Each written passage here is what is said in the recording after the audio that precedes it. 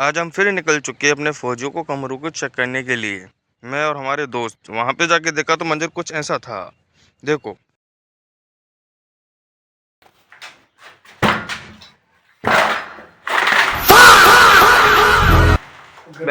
Gate दिया।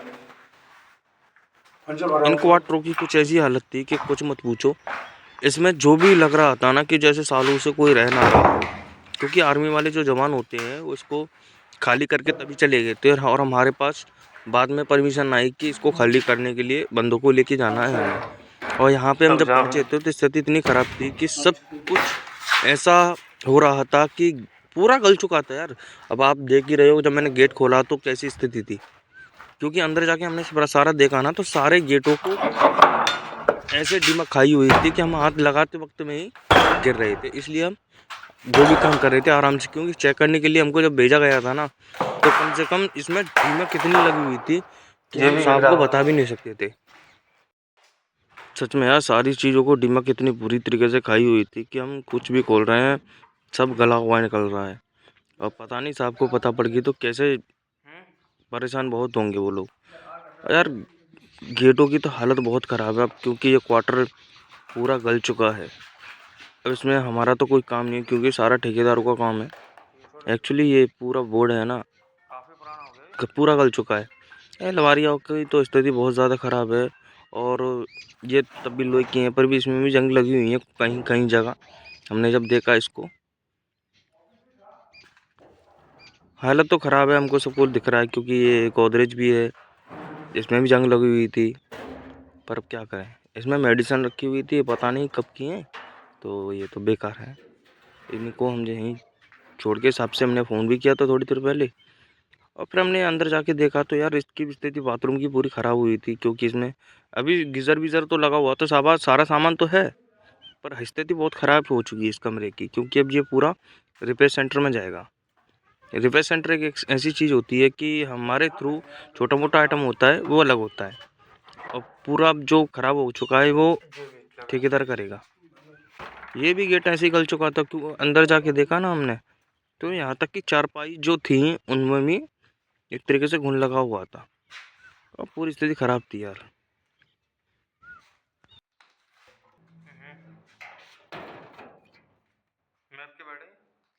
जो चारपाई वाले बेड थे उनकी भी स्थिति पूरी ख़राब है यार। ये तो कंडम में जाएंगे, इनका कुछ काम नहीं है। और पूरा यहाँ से तो यार पूरा ही ख़राब है।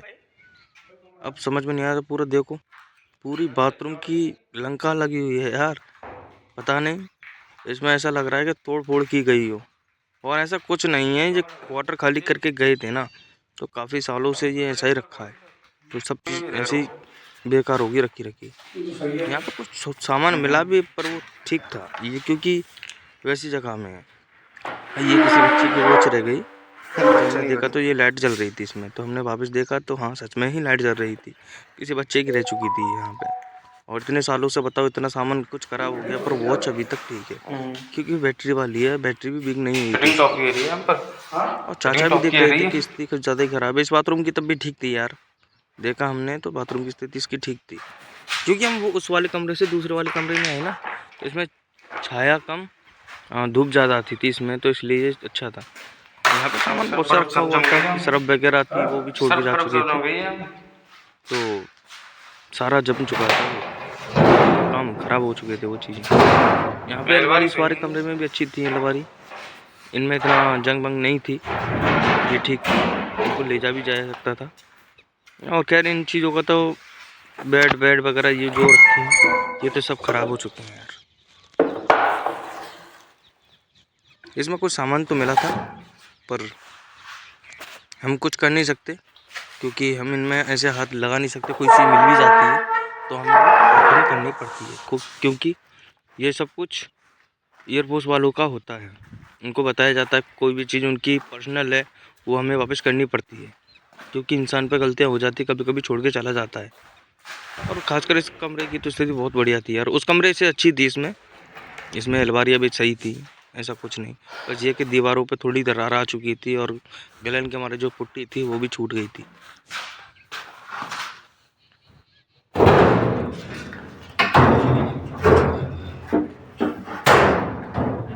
फिर हम दूसरे वाले कमरे में आए तो इसकी स्थिति इतनी खराब थी यार, सब कमरों से अलग स्थिति थी इसकी।